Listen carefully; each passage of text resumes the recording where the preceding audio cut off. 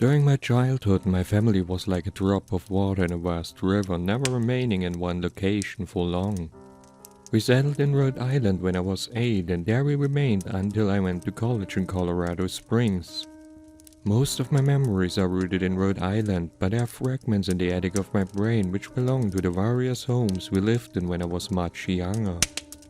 Most of these memories are unclear and pointless. Chasing after another boy in the backyard of a house in North Carolina, trying to build a raft to float on the creek behind the apartment we rented in Pennsylvania, and so on.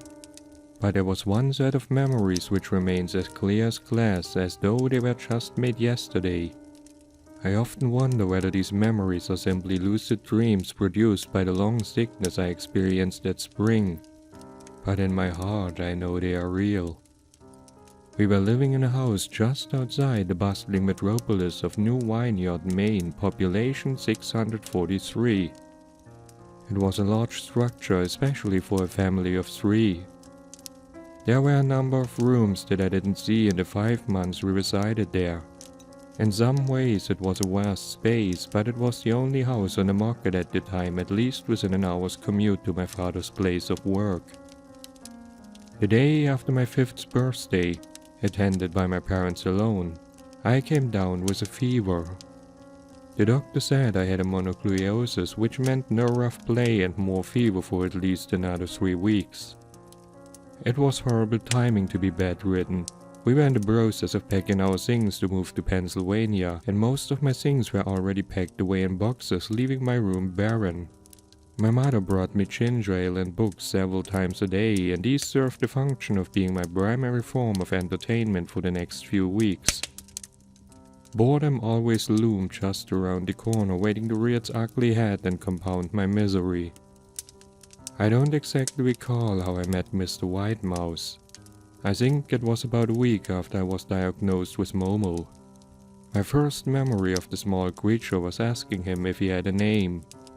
He told me to call him Mr. Widemouth because his mouth was large. In fact, everything about him was large in comparison to his body.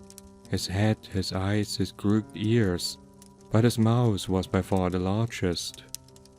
"You look kinda like a Furby," I said as he flipped through one of my books. Mr. Widemouth stopped and gave me a puzzled look. "Furby? What's a Furby?" he asked. I shrugged. "You know, the toy, the little robot with big ears. You can pet and feed them almost like a real pet." "Oh," Mr. Widemouth resumed his activity. "You don't need one of those. They aren't the same as having a real friend." I remember Mr. Widemouth disappearing every time my mother stopped by to check in on me. "I lay under your bed," he explained. "I don't want your parents to see me because I'm afraid they won't let us play anymore." We didn't do much during those first few days. Mr. Widemouth just looked at my books, fascinated by the stories and pictures they contained. The 3rd or 4th morning after I met him, he greeted me with a large smile on his face. "I have a new game we can play," he said.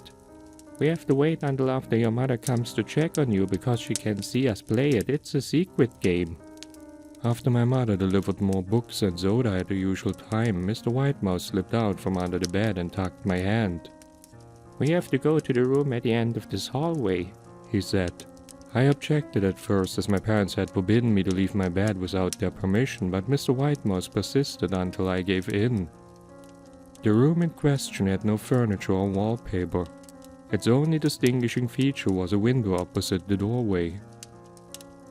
Mr. Widemouth started across the room and gave the window a firm push, flipping it open. He then beckoned me to look out at the ground below. We were on the 2nd story of the house, but it was on a hill, and from this angle the drop was farther than the 2 stories due to the incline. "I like to play pretend up here," Mr. Widemouth explained. "I pretend that there's a big soft trampoline below this window and I jump. If you pretend hard enough, you bounce back up like a feather. I want you to try." I was a 5-year-old with a fever, so only a hint of skepticism darted through my thoughts as I looked down and considered the possibility. "It's a long drop," I said. "But that's all part of the fun. It wouldn't be fun if it was only a short drop. If it were that way, you may as well just bounce on a real trampoline. I toyed with the idea, picturing myself falling through thin air only to bounce back to the window on something unseen by human eyes. But the realist in me prevailed. Maybe some other time, I said. I don't know if I have enough imagination, I could get hurt.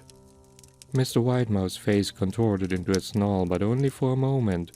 Anger gave way to disappointment. If you say so, he said.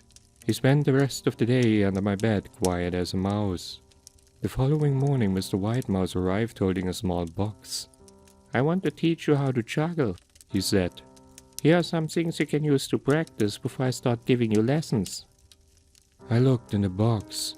It was full of knives. My parents will kill me, I shouted, horrified that Mr. Widemouth had brought knives into my room, objects that my parents would never allow me to touch. I'll be spanked and grounded for a year. Mr. Widemouth frowned. It's fun to juggle with these, I want you to try it. I pushed the box away. I can't, I'll get in trouble, knives aren't safe to just throw in the air. Mr. Widemouth's frown deepened into a scowl. He took the box of knives and slid under my bed, remaining there the rest of the day. I began to wonder how often he was under me. I started having trouble sleeping after that. Mr. Widemouth often woke me up at night saying he put a real trampoline under the window, a big one that I couldn't see in the dark. I always declined and tried to go back to sleep, but Mr. Widemouth persisted. Sometimes he stayed by my side until early in the morning, encouraging me to jump. He wasn't so fun to play with anymore. My mother came to me one morning and told me I had permission to walk around outside. She thought the fresh air would be good for me, especially after being confined to my room for so long. Ecstatic, I put on my sneakers and trotted out to the back porch, yearning for the feeling of sun on my face. Mr. Widemouth was waiting for me. I have something I want you to see, he said. I must have given him a weird look because he then said, It's safe, I promise. I followed him to the beginning of a deer trail which ran through the woods behind the house.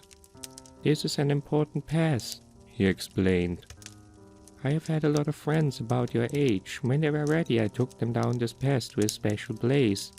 You aren't ready yet, but one day I hope to take you there. I returned to the house, wondering what kind of place lay beyond the trail. 2 weeks after I met Mr. Widemouth, the last load of our things had been packed into a moving truck. I would be in the cab of that truck, sitting next to my father for the long drive to Pennsylvania.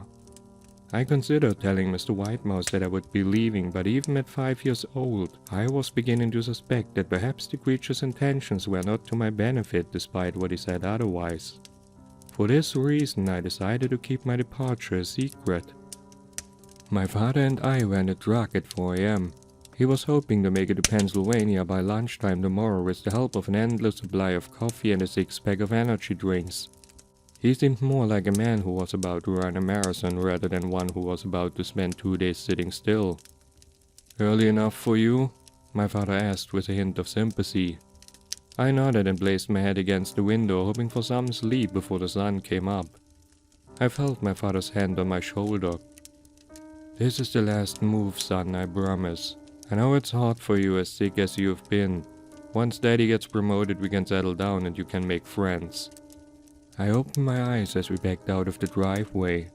I saw Mr. Widemouth's silhouette in my bedroom window. He stood motionless until the truck was about to turn onto the main road. He gave a pitiful little wave goodbye, steak knife in hand. I didn't wave back. Years later, I returned to the vineyard. The piece of land our house stood upon was empty except for the foundation, as the house burned down a few years after my family left. Out of curiosity, I followed the deer trail that Mr. Widemouth had shown me. Part of me expected him to jump out from behind a tree and scare the living bejesus out of me, but I felt that Mr. Widemouth was gone, somehow tied to the house that no longer existed. The trail ended at a new vineyard memorial cemetery. I noticed that many of the tombstones belonged to children.